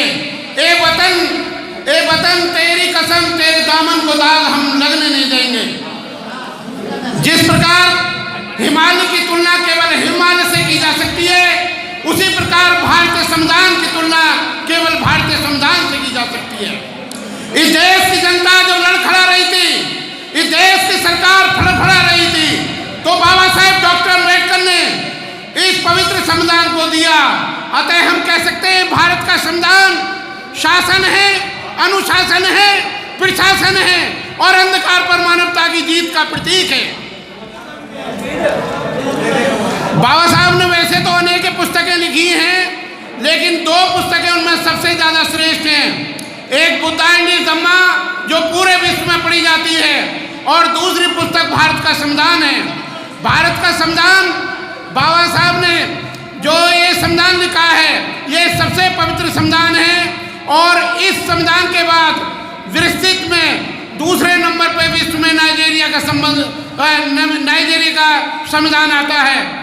सर्वप्रथम ये संविधान गुलामी को खत्म करता है और इस विश्व के अंदर सबसे पहले गुलामी तथागत गौतम बुद्ध ने खत्म की थी और इस देश के अंदर सबसे ज्यादा क्रांति उस दिन हुई थी जब 5 अगस्त 1775 को इस देश के अंदर जब राजा नंद कुमार को फांसी की सजा दी गई थी। इससे पहले इस स्वतंत्र भारत में ब्राह्मणों को फांसी देने की कोई प्रावधान नहीं था। सिर्फ बलात्कार और हत्या जैसे अपराधों में उनको सिर्फ सिर मुंडन करा जाता था, ये उनकी सजा थी। लेकिन सबसे पहले वारेन हेस्टिंग्स ने सुप्रीम कोर्ट के जजों के द्वारा 5 अगस्त 1975 को राजा नंद कुमार ब्राह्मण को सजा दी थी। इससे पहले कभी सजा नहीं दी गई। 5 अगस्त को सजा दी थी, इसलिए राम मंदिर का उद्घाटन भी ब्राह्मणवादी मनुवादियों ने 5 अगस्त को ही किया है। दूसरी बात मैं आपको बताना चाहता हूं, जो आर्टिकल और इसके बाद स्वतंत्र भारत में सबसे पहले जो क्रांति पैदा हुई, वो क्रांति पैदा हुई थी जब वारेन हेस्टिंग्स ने कहा कि कोई किसी भी आदमी को बेचा नहीं जाएगा। आईपीसी की धारा 371 के तहत ये रोक लगा दी गई कि किसी भी आदमी को या औरत को या बच्चों को बेचा नहीं जाएगा। और इसी बात को बाबा साहब ने अपने आर्टिकल 23 में ये बात मेंशन करी संविधान के में कि सभी प्रकार के बेकार पर और आदमियों और औरतों के खरीद फरोख्त पे मैं रोक लगाता हूँ। दूसरा जो आर्टिकल 14 है, आर्टिकल 14 कहता है the state shall not deny the equality before law and equal protection of law with in the territory of India. कानून के समक्ष सब लोग समान होंगे और सब लोगों को समानता का अधिकार दिया जाएगा। किसी भी व्यक्ति को चाहे विदेशी क्यों हो, उसे समानता से वंचित नहीं किया जाएगा। तो समानता का जो कानून देश में आया, इससे पहले मैं आपको बताना चाहता हूँ कि 25 दिसंबर 1927 को बाबा साहब ने मनुस्मृति में आग लगा दी थी। 25 दिसंबर 1927 के बाद में जब देश का संविधान 26 जनवरी 1950 को लागू हुआ, तो उस समय में उन्होंने किसी किताब में आग नहीं लगाई। इसका मेन कारण था कि उन्होंने मनुस्मृति जैसी सब किताबों को आर्टिकल 13 के अंदर नल एंड वॉइड घोषित कर दिया और कहा कि फंडामेंटल राइट के आधार पर जो भी देश का कानून पिछड़ा चलता रहा है, मैं उनको शून्य घोषित करता हूँ, नल एंड वॉइड घोषित करता हूँ। इसलिए किसी भी कानून की कोई मान्यता न होगी भारत के संविधान को लागू होने के समान। इसी प्रकार जो आपका आर्टिकल आपका 21 है, 21 में कहता है no person shall be deprived from his life और personal liberty except the procedure established by law. Article 21 के मुताबिक किसी भी व्यक्ति को उसके जीवन से और उसकी पर्सनल लिबर्टी स्वतंत्रता से वंचित नहीं करा जाएगा। तो पूरे भारत के संविधान में आप देखोगे तो पूरा भगवान बुद्ध का धर्म उसके अंदर समावित है। आर्टिकल 51 के अंदर कहा गया है, आर्टिकल 51 के तहत कहा गया है कि ये भारत की ड्यूटी होगी कि वो विश्व शांति स्थापित देश के अंदर करेगा। तो जो विश्व एक कुटुंब के समान है, वो हिंदुओं की कोई अवधारणा नहीं है, बल्कि वो बौद्धों की अवधारणा है। इसलिए बौद्धों ने नालंदा को और विक्रमशिला जैसी यूनिवर्सिटियों की स्थापना करी और इंसान की गुलामी खत्म करी। इसके बारे में भी एक एग्जाम्पल आपको मैं देना चाहूँगा। एक बार जर्मन ने हॉलैंड पर आक्रमण करा था, तो हॉलैंड का तल कुछ समुद्र से तल से नीचा था। हॉलैंड वासियों ने कहा कि हम मर जाएंगे लेकिन गुलाम नहीं बनेंगे। उन्होंने वो दीवारें तोड़ दी और जर्मन की फौज को डुबा दिया। बाइक करिए जरा स्टार्ट, 1 मिनट को, 1 मिनट में, अभी 2 मिनट में खत्म कर रहा हूँ। जर्मन की फौज को डुबा दिया तो हिटलर ने अपनी ऑटोबायोग्राफी मेन कैंप में लिखा, मेन कैंप का मतलब मैं स्टेगल नाम की बुक में लिखा, अरे दुनिया में तो संगीन इतने खतरनाक होती है, ना एटॉमिक बम होता है, जितना मनुष्य का सेल्फ कॉन्फिडेंस होता है। अगर दुनिया का कोई भी मनुष्य जो मरने के लिए एक बार तैयार हो जाए तो दुनिया की कोई भी शक्ति कदापि उसे गुलाम नहीं बना सकती। आप गुलाम बनते हैं क्योंकि दूसरों के बनाए गए सिद्धांतों पर जीने के लिए तैयार हो जाते हैं। इसलिए जो भारत का संविधान है वो पूरी तरह वैज्ञानिक दृष्टिकोण रखता है। पार्ट 4A आर्टिकल 51A की क्लॉज A में लिखा है कि it shall be the duty of every citizen of India to spread the scientific temperament. Bharat के हर नागरिक का ये कर्तव्य होगा कि वो अंधविश्वास को खत्म करेगा और विज्ञानवाद को लाना चाहेगा। और मैं आपको बताना चाहता हूँ कि जो शेड्यूल 3 है भारतीय संविधान का, उसमें ईश्वर के नाम की शपथ लेने की कोई जरूरत नहीं है। मैं सत्यनिष्ठा से कहता हूँ। इसलिए ईश्वर को पूजना, आत्मा को पूजना, पुनर्जन्म को पूजना, ये बौद्धों के सिद्धांतों के खिलाफ है। और तथागत बुद्ध के धम्मपद में कहा गया है, जब कोई नव तरुण बौद्ध धर्म में आ जाता है तो इस संसार को ऐसे प्रकाशित करता है जैसे चंद्रमा से मुक्त होकर बादल प्रकाश देता है। और क्योंकि एक मैं आपको कहना चाहता हूँ, भारत के संविधान में 22 चैप्टर हैं और 22 ही बाबा साहब ने बौद्ध धर्म को ग्रहण करने के लिए प्रतिज्ञा बनाई है। और उनका कहना था कि 22वीं सदी तक हर आदमी बौद्ध बनेगा। क्योंकि समय कम है, इसलिए मैं एक मैसेज कहकर अपनी बात को खत्म करता हूँ। एक आलिम एक भूल में जीवन भर करता रहा, एक आलिम एक भूल में जीवन भर करता रहा, अरे धूल तो जमी थी चेहरे पर, मैं आईने को साफ करता रहा। मेरे भाइयों, बौद्ध धर्म पर चलिए। बौद्ध धर्म का प्रचार करना संविधान की रक्षा करना है। और ये आप संविधान की रक्षा करोगे, संविधान आपकी रक्षा करेगा। जिस प्रकार सिंहों की रक्षा वनों के द्वारा होती है और वनों की रक्षा सिंहों के द्वारा होती है, उसी प्रकार भारतीय संविधान की रक्षा आपके द्वारा होगी और आपकी रक्षा भारतीय संविधान के द्वारा होगी। और इस संविधान की पूजा करिए, इसकी शिक्षाओं को दूर दूर ले जाइए। ये हर वे लोग जिन पर सदियों से जुल्म, सितम, अन्याय और शोषण किया गया है, ऐसे लोगों के लिए तथागत बुद्ध का धर्म और भारतीय संविधान एक औषधि के रूप में सुझाया जा सकता है। अंत में मैं एक शेर करके अपनी बात को खत्म करूंगा। अरे न तड़फन की अर्जी है न फरियाद की, घुट घुट के मर जाए मर्जी है मेरी फरियाद की। जय भीम, नमो बुद्धाय। सब लोग खाना खा के जो भाषा का भी खाना खा रहे हैं उनसे नहीं बताया कि खाना खाने के बाद वो भवन के अंदर आ जाए, कार्यक्रम चलता रहेगा और अभी किताब का वितरण होगा। तो सभी जो खाना खा रहे हैं उपासक उपासिकाएं, वो खाना खाने के तुरंत बाद अंदर आकर के अपना स्थान ग्रहण कर लेंगे। किताब भेंट की जाएगी और सबको पुस्तक भेंट करी जाएगी।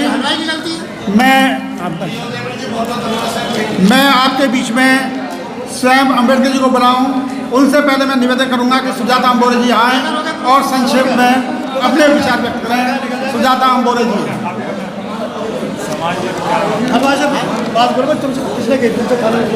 सुजाता अम्बोरे जी बहुत ही अच्छी शख्सियत हैं जो बाबा साहब और भगवान बुद्ध की विचारधारा को जन जन तक पहुँचाने कार्य करती आ रही है और इनमें प्रतिनिधित्व करने की क्षमता अपूर्व है। तो ऐसी शख्सियत हमारे बीच में सुजाता अम्बोरे जी हैं। आपके सामने अपने विचार संक्षेप में सारगर्भित रूप से रखेंगे। और पुनः मैं जो खाना खा रहे उपासक उपासिकाएँ उनसे निवेदन है कि खाना खाने के बाद वो अपना स्थान आकर के ग्रहण करेंगे। धन्यवाद।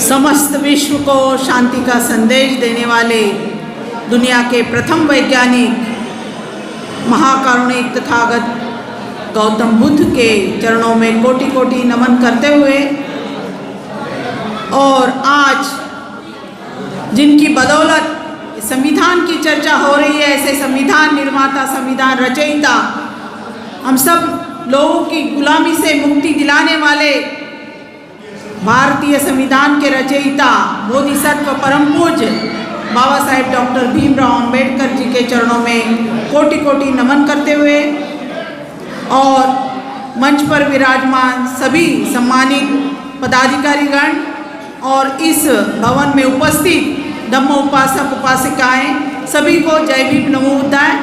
समय काफ़ी हो चुका है, सभी वक्ताओं ने संविधान के ऊपर चर्चा की है और आपने हर एक आर्टिकल के बारे में जाना है, लेकिन क्या हम सभी का दायित्व है कि संविधान किस तरह हम अंगीकृत कर रहे हैं, या यह देश संविधान में जितनी भी धाराएं हैं उसकी भली भांति लागू कर रहा है, हमें उसका लाभ मिल रहा है या नहीं, इसके ऊपर भी ध्यान देने की आवश्यकता है। जब संविधान ने या बाबा साहब ने इस संविधान में इक्वेलिटी और सार्वभौमता और जाति जाति में जो हम अलग अलग थे उन सबको एक करने का प्रावधान जब दिया है, तो आज भी हम जातियों में क्यों बटे हुए हैं? आज हमारा दायित्व है, संविधान केवल एक जाति विशेष के लिए या जाति विशेष के व्यक्ति ने नहीं लिखा है, एक ऐसे महान मानव ने मानवतावाद के लिए लिखा है। इसीलिए हम सब लोगों का दायित्व बनता है कि संविधान को या बाबा साहब को संकुचित ना करते हुए, क्योंकि आज हम देखते हैं कि हमारे लिए लोग कहते हैं कि आपके बाबा साहब, या हम भी कहते हैं कि हमारे बाबा साहब केवल किसी एक जाति विशेष के नहीं है, किसी एक वर्ग विशेष के नहीं है। तो हमें और लोगों तक इस बात को पहुंचाना है, जैसे अभी बताया गया कि ओबीसी को सबसे पहले 340 आर्टिकल में उनको रखा गया और उनके लिए आरक्षण का प्रावधान रखा। और हम बाबा साहब को सिर्फ इसलिए भी मानते हैं कि बाबा साहब ने हमें आरक्षण दिया। आरक्षण का मतलब अभी भी हम समझ नहीं पाए। आरक्षण हमारे लिए कोई भीख नहीं थी या भीख नहीं है, बल्कि प्रतिनिधित्व का अधिकार है। हमारा जितना भी हमारी संख्या है उसके अनुसार हमारा प्रतिनिधित्व हो और हमें सम्मान मिले। इस देश में सामाजिक और सांस्कृतिक और आर्थिक बराबरी नहीं थी, गैर बराबरी थी। इसीलिए सम्मान से जीने के लिए यह आरक्षण हमें दिलाया गया। तो हमें ये समझने की ज़रूरत है और जगह जगह जाकर जहाँ भी हम बात करते हैं बाबा साहब को संकुचित ना करते हुए विश्व में उनको सम्मान है उसी तरीके से सम्मान दिलाते हुए बात करनी चाहिए। हम जब जय भीम करते हैं तब हमें सम्मान लगना चाहिए कि हमें हमारा आत्मसम्मान उजागर होना चाहिए। जय भीम का मतलब होता है हमारा अपना आत्मसम्मान, जय भीम का मतलब होता है हमारी अपनी स्वतंत्रता, जय भीम का मतलब होता है नारी का सम्मान, जय भीम का मतलब होता है न्याय। इसीलिए न्यायपालिका के सामने सभी बराबर है। किसी नेता हो, अभिनेता हो, गरीब हो, राजा हो, भिखारी हो, यदि किसी पर अन्याय होता है, किसी नेता द्वारा होता है, किसी अभिनेता द्वारा होता है, किसी अमीर द्वारा होता है, तब भी उसी को उसकी सजा मिलती है। प्राणियों की हत्या बैन है, पेड़ों की हत्या बैन है। ये देखिए बाबा साहब ने सिर्फ जीवित लोगों के लिए नहीं तो इस धरती पर पनपने वाले वनस्पति और प्राणियों के लिए भी उसमें प्रावधान रखा है। आपने देखा होगा कि एक काले हिरण के लिए सलमान खान को सजा दिलाई गई। एक इतना बड़ा अभिनेता होने के बावजूद जेल के अंदर उसको रखा गया। ये हमारे बाबा साहब के कानून की ताकत है। और यदि हमारी किसी महिलाओं के ऊपर पति के द्वारा अन्याय होता है तो कोर्ट का दरवाज़ा खटखटा सकती है। IPL की धारा के अंदर उसको फौजदारी गुना 498 की कलम उसको लगा सकती है। इस तरीके से कोई चोरी करता है उसके ऊपर वो धारा लग सकती है। इसी तरीके से बाबा साहब ने हर उस व्यक्ति के लिए, बच्चे से लेके बूढ़े तक, इतना ही नहीं, जीवन जीने का अधिकार, एक माँ अपने कोख में पल रहे एक बच्चे की हत्या नहीं कर सकती। कन्या भ्रूण हत्या होती है तो उसके ऊपर भी धारा लगती है, उसके ऊपर भी गुनाह लगता है। तो यदि माँ बच्चे को जन्म दे सकती है लेकिन उसकी हत्या नहीं कर सकती। इतने अच्छे प्रावधान हमारे संविधान में बाबा साहब ने कर रखे हैं। तो आज से हम इतना ही ध्यान रखेंगे कि बाबा साहब केवल और केवल एक जाति विशेष के नहीं हैं, तो पूरी मानवता के लिए उन्होंने काम किया है और इस संविधान के माध्यम से हम सबको बराबरी में लाकर खड़ा किया है। और हम भी अपनी आंखों से, अपने नज़रिए से, अपने व्यवहार से हमारे पड़ोसी अड़ोसी जाति, किसी भी जाति बिरादरी के हो, उनको हम एक ही नज़रिए से देखेंगे।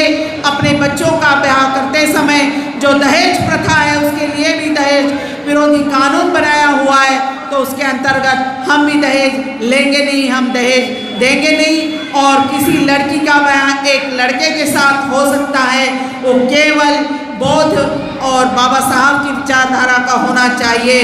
बौद्ध का मतलब बुद्धि से विचार करने वाला ऐसा व्यक्ति, बस उसी के साथ उनका विवाह होना चाहिए। इतना भर जब तक हम नहीं देखेंगे तब तक सही मायने में हम संविधान का पालन कर रहे हैं ऐसा मैं नहीं मानती हूँ, और बौद्ध विचारधारा का भी पालन हम कर रहे हैं ऐसा नहीं मानती हूँ। ऐसे कई कार्यक्रम होंगे, लेकिन हम घर जाके फिर से वही बात करेंगे कि यह जाटव है, यह चमार है, ये रेगर है, ये पासवान है, ये पासी है, ये महार है, ये अन्य कोई है। ऐसे यदि हम सोचते रहेंगे तो आज के इस कार्यक्रम का मकसद पूरा नहीं होगा।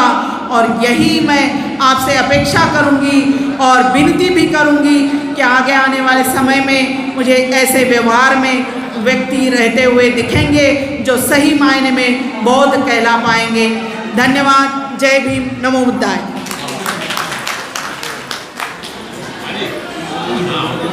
अभी आपके सामने सुजाता अंबोरे जी ने बहुत ही सरल सरस भाव से अपने विचार रखे, और अब मैं आज के मुख्य अतिथि श्रद्धेय बौद्धाचार्य उदयवीर सिंह बौद्ध जी को आमंत्रित करता हूं कि वो आएँ और अपने विचार प्रस्तुत करें। बौद्धाचार्य उदयवीर सिंह जी बौद्ध, आप तालियां बजा कर स्वागत करें उनका। बौद्धाचार्य जी के पास परिपक्व अनुभव है।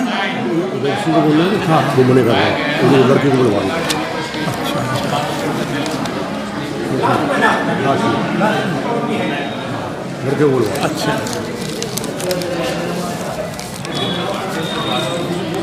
परिपक्व अनुभवों की आवश्यकता अंत में होती है, और जो हमारे पास नव अंकुरित विचारधारा है, मैं चाहता हूं कि वो आएँ। और इसमें स्वयं अम्बेडकर जी जो हमारे बीच में हैं, स्वयं अम्बेडकर जी जहाँ भी हैं वो मंच पर आएँ और अपने विचार प्रस्तुत करें। स्वयं अम्बेडकर जी जहाँ भी हैं,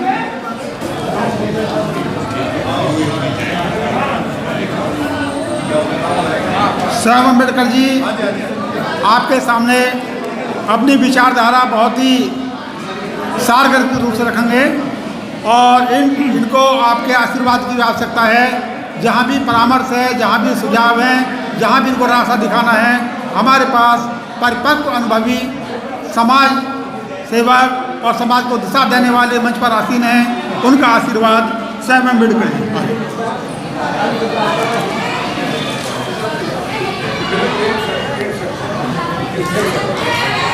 हाँ जी, हेलो, सभी बुद्धिजीवियों से आग्रह है कि प्रोग्राम जो है ख़त्म नहीं हुआ है। खाना खाने के बाद सभी बुद्धिजीवी, उपासक उपासिकाएं सभी अंदर आके बैठे। अभी प्रोग्राम चलता रहेगा। गान मंडली का भी बहुत अच्छे अच्छे वक्ता हमारे बीच में हैं, उनके विचार सुने और उनके विचारों से अवगत हों। धन्यवाद जी, बहुत बहुत धन्यवाद। मंच पे उपस्थित मेरे समक्ष बैठी मेरी सभी माताएं, मेरी बहनें, यहाँ बैठे मेरे सभी बुजुर्ग, पिता तुल्य बुजुर्ग, मेरे भाई, बाहर खाना खा रहे हैं हमारे तमाम मिशनरी साथी, सभी को मेरा सादर जय भीम, नमो बुद्धाय। साथियों, मेरा नाम स्वयं अम्बेडकर है। मैं दिल्ली विश्वविद्यालय से लॉ फैकल्टी से तृतीय वर्ष का छात्र हूँ। चूँकि मेरे बचपन से ही मेरी शिक्षा दीक्षा जो है भारतीय समाज के अंदर सामाजिक तमाम चीज़ों को देखते हुए हुई है। मेरे पिता, मेरी माता जी दोनों ने मेरी परवरिश इसी साँचे में की है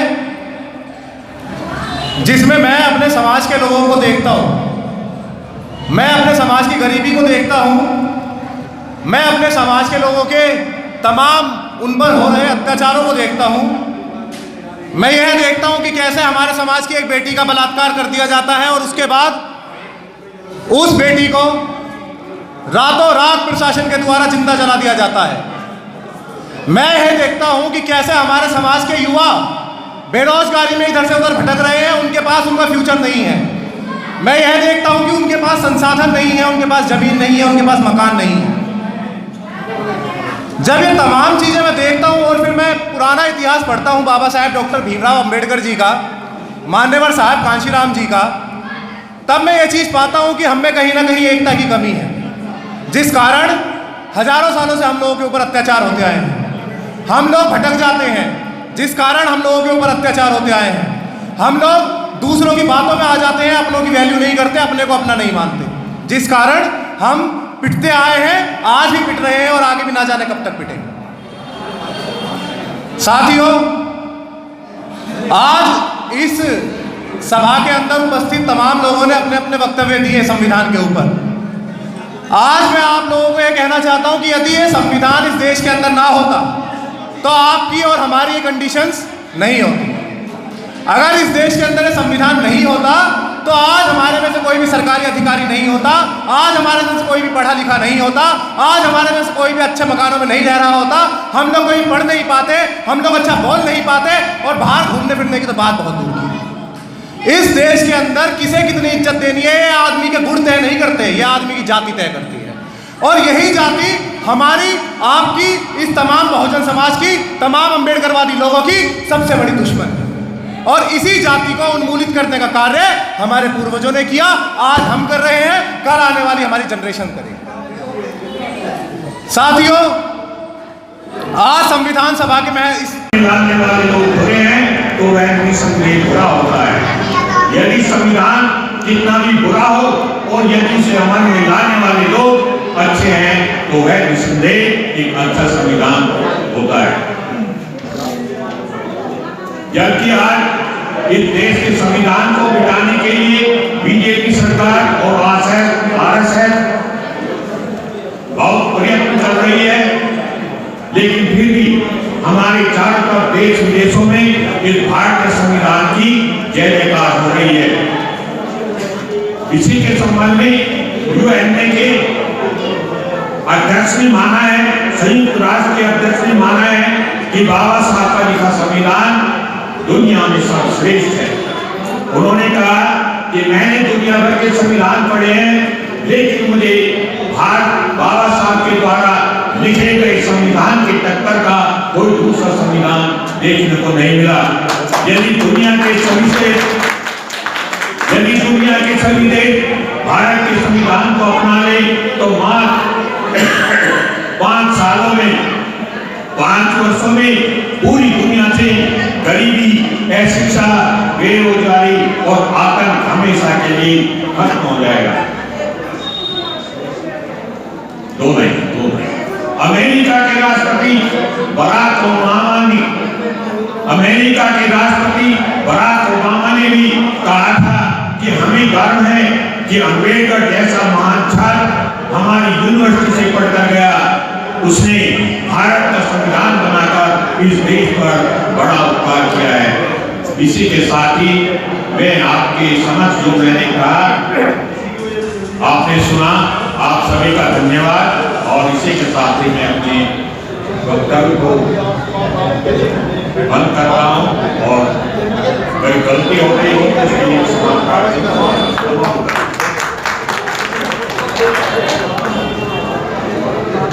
बाबा साहब ने जो संविधान लिखा वो सभी भारतवासियों को समर्पित किया। जबकि अन्य देशों का संविधान कहीं खुदा के नाम पर, कहीं ईश्वर के नाम पर, कहीं गौर के नाम लिखा गया है, लेकिन उन्होंने कहा कि भारत संविधान के